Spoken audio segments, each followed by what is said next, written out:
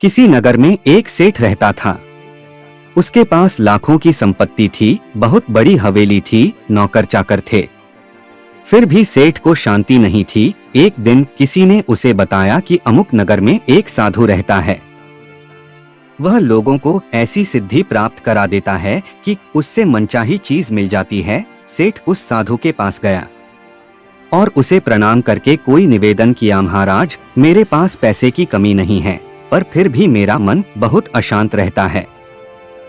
आप कुछ ऐसा उपाय बता दीजिए कि मेरी अशांति दूर हो जाए। सेठ ने सोचा कि साधु बाबा उसे कोई ताबीज दे देंगे या और कुछ कर देंगे जिससे उसकी इच्छा पूरी हो जाएगी, लेकिन साधु ने ऐसा कुछ भी नहीं किया। अगले दिन उसने सेठ को धूप में बिठाए रखा और स्वयं अपनी कुटिया के अंदर छाया में जाकर चैन से बैठा रह गया। गर्मी के दिन थे। सेठ का बुरा हाल हो गया। उसको बहुत गुस्सा आया, पर वह उसे चुपचाप पी गया। दूसरे दिन साधु ने कहा, आज तुम्हें दिन भर खाना नहीं मिलेगा। भूख के मारे दिन भर सेठ के पेट में चूहे कूदते रहे। अन्न का एक दाना भी उसके मुंह में नहीं गया, लेकिन उसने देखा कि साधु ने तरह तरह के पकवान उसी के सामने बैठकर बड़े आनंद से खाए। सेठ सारी रात परेशान रहा। उसे एक क्षण को भी नींद नहीं आई। वह सोचती रह कि साधु तो बड़ा स्वार्थी है। तीसरे दिन सवेरे ही उठकर उसने अपना बिस्तर बांधा और चलने को तैयार हो गया।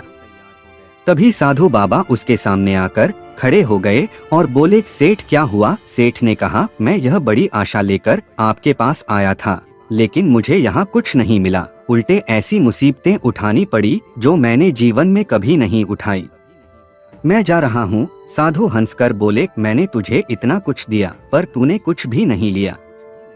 सेठ ने विस्मय भाव से साधु की ओर देखा और बोला, आपने तो मुझे कुछ भी नहीं दिया। साधु ने कहा, सेठ, पहले दिन जब मैंने तुझे धूप में बिठाया और स्वयं छाया में बैठा रहा तो इसके जरिए मैंने तुझे बताया कि मेरी छाया तेरे काम नहीं आ सकती।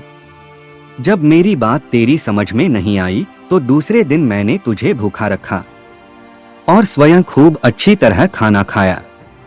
उससे मैंने तुझे समझाया कि मेरे खा लेने से तेरा पेट नहीं भर सकता। सेठ, याद रख, मेरी साधना से तुझे सिद्धि नहीं मिलेगी।